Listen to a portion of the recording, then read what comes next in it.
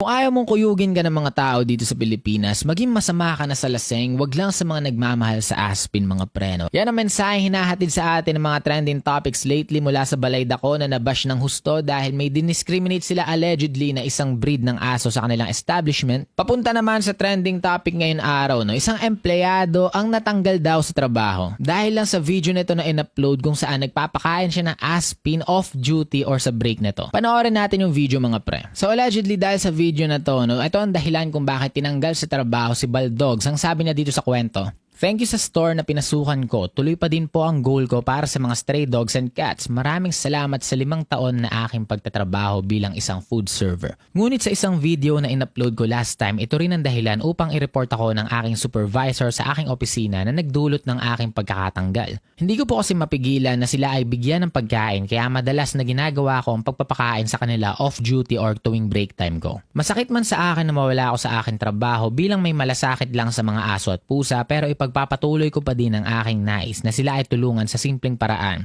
Pakainin, arugain at pasayahin. Kawawang mga aso, yun nga lang pagbalik nyo sa store namin, ako'y wala na rin. Wala na rin magmamalasakit at magmamahal sa inyo pero sigurado pag nakita ko kayo mga mahal kong pusa at aso, ang pagmamahal ko sa inyo ay hindi mawawala at hindi magbabago. Salamat sa store. Ito ang lugar kung saan iba't ibang aso at pusa ang aking nakilala at nakasama.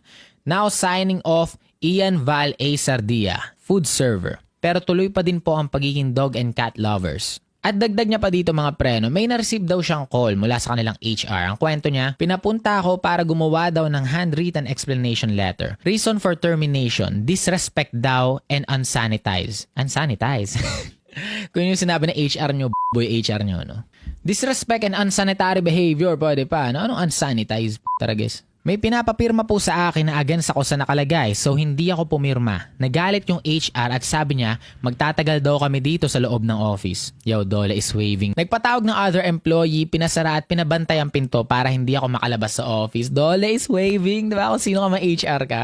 Dole is waving. Kasi kung meron man talagang nalabag yung taong to, no, posible naman talaga na masabi natin na concerning din sa part ng establishment itong videos niya. Kasi ang hinahandle niya ay food. Regardless kung gaano siya kaingat dun sa video na yun, no, diba? Pigil na pigil siya kung paano niya hawakan yung mga aso. Reasonable din naman no kung ipapatawag siya upang bigyan ng warning na hindi okay yung ganito dahil hinahandle mo ay food at hindi lahat ng tao kayang i-handle yung mga furs ng mga aso. May mga tao may allergic reaction sa ganyan, no? Kung nagiging safe lang naman yung establishment, maiintindihan natin. Pero para i-terminate agad kung wala man lang warning, medyo madadali kayo sa dole niyan. Pero lalo kayong madadali kung totoo yung sinasabi dito ni Baldogs na alam mo yon, meron pang pinatawag para takutin siya upang pumirma against his will. Dole is waving. Sabi niya dito na po ako natakot, na-trauma ako sa ginawa sa akin sa sobrang takot ko at hindi ko na alam ang gagawin. In 5 years ko sa service, ngayon lang po ito nangyari sa akin. Mali po ba ang ginawa ko?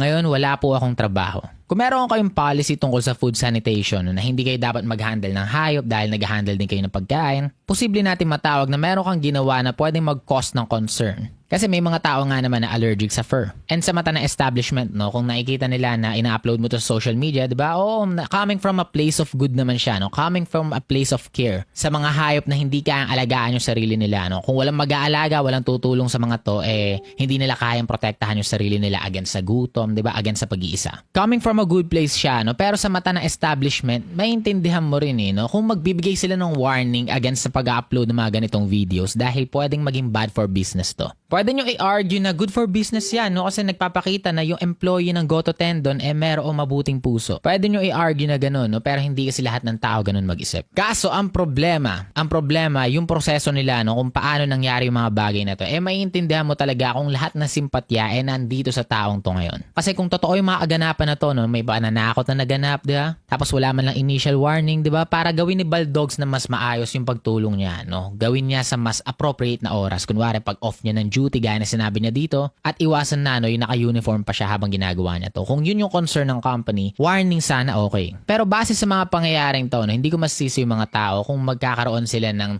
negative reaction against Goto Tendon. At yun na nga, no, sobrang dami na ng tao na nagko-call na i-boycott na raw ang Goto Tendon, mga pre. Pero mukhang hindi naman siya matatapos on a sad note, mga pre, no, para dito sa taong to. Kasi marami nang nag-reach out sa kanya na gusto siyang bigyan ng trabaho. Andyan si Ghost Wrecker na bibigyan daw siya ng maayos na trabaho. Sabihan mo lang ako pag interested katulad ka. May mga businesses na rin no, na nag-comment dito sa taong to na nagsasabi, pag kailangan mo ng work, PM ka lang sa amin, you can bring the dog with you. Meron naman open garage dun sa amin para magkasama pa din kayo, sabi ni MV Shoes and Apparel. Tapos meron din nagsabi na if you need attorney, may i-refer ako. Lahat ng tulong mukhang papunta na dito sa taong to. At lahat ng hatred napunta na doon sa establishment no, dahil lang hindi nila na-handle to ng mas maganda. Sabi ni James Afante dito, I understand the company policies but being this harsh is not ethical at all since the intention of the guy is just pure. They should have gave him a solution instead of just firing him right away. To you, brother, you deserve more than this. Salute to you. At nung in-stalk ko tong profile ni Baldogs mga preno, talagang kakikitaan mo rin siya na consistent yung pagkakaroon niya ng pake sa mga hayop. Hopefully Baldogs, na mapunta ka sa sitwasyon na pwede mong i-exercise yung pake mo sa mga hayop na hindi magko-conflict sa susunod na trabaho mapapasukan mo. At kung may imbestigahan man tong pangyayaring to,